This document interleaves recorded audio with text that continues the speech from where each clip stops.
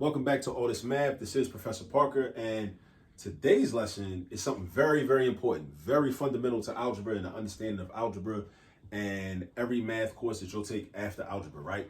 We're going to talk about combining like terms. Combining like terms. First, before we get into that, we need to know, well, what does it mean to combine? When we combine, we're doing addition or subtraction. That's what we're doing. We're doing addition or subtraction. So when you see the word combine in your textbook or on a worksheet, know we're doing addition or subtraction, right? Like terms. What are like terms? What are like terms? I want to make sure you understand what like terms are.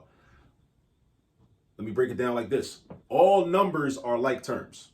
Any and all numbers, no matter if it's a big number, small number, positive, negative, decimal, fraction.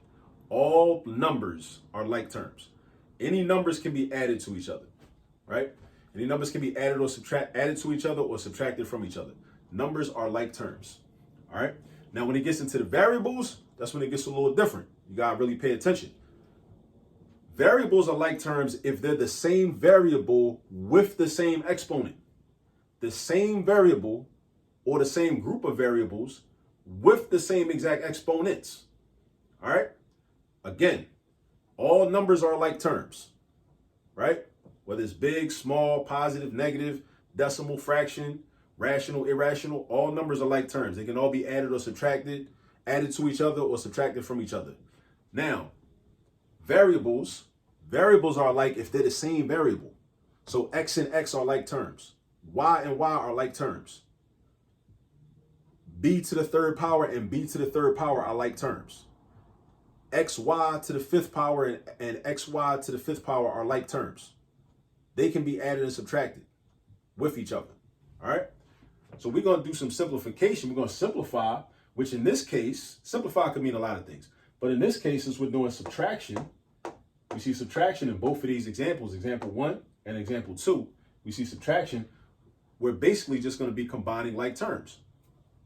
So number 1 says 10a minus a. So we first say, okay, are those like terms? And I say yes. Now, how do I know that they're like terms? I'm not just going to tell you that they like terms. I'm going to tell you how I know. They like terms because this is a to the first power and this is a to the first power. Now, you might be saying, well, how you know it's to the first power? I don't see no exponent up there. Exactly. That's how you know it's to the first power. Whenever you got a variable with no exponent written, there's an invisible one there. There's an invisible one there.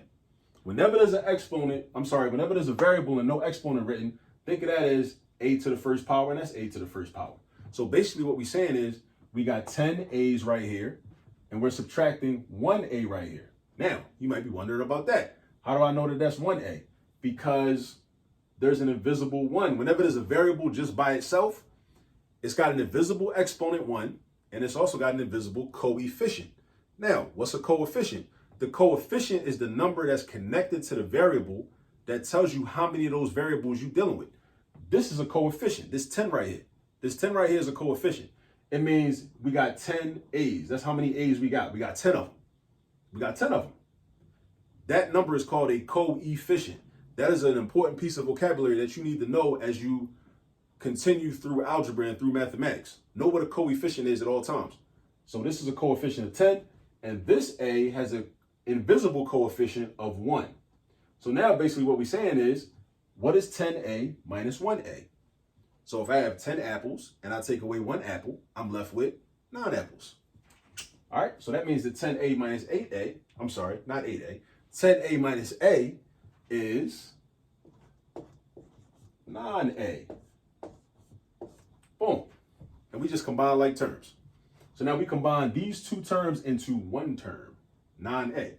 10a minus a, or 10a minus 1a, equals 9a. All right, so now this has a coefficient of 9. Okay, now let's go into example 2. Example 2 says y minus 17y. So this is 1y, and first off, are these like terms? They are, because that's y to the first power, because no exponent is written. And this is y to the first power, because no exponent is written. So we got 1y minus 17y. So as long as we know how to do addition and subtraction with negative numbers, we cool. So we're going to do 1 minus 17. 1 take away 17 is negative 16.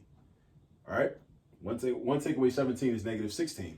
We must know, just like we must know our multiplication facts and our division facts, we must know how to add and subtract positives and negatives. In your classroom, there's probably a number line along the perimeter of the classroom where you can see if you start at positive 1 and then you subtract, whenever you subtract, you move to the left. If you move 17 spaces to the left, you would end up at negative 16. That's why visually and mathematically, we know that 1 minus 17 equals negative 16. All right, so this means that we have negative 16y. That's how many y's we got. We started out with 1y and we subtracted 17 y's. We end up with negative 16 y's. And we just combine like terms. All right, now we talked about combining like terms. We talked about coefficients. We talked about invisible exponents. We talked about invisible coefficients. Now, all of those things are things you need to familiarize yourself with.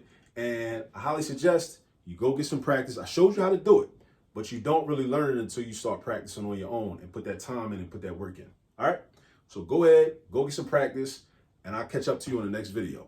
Peace.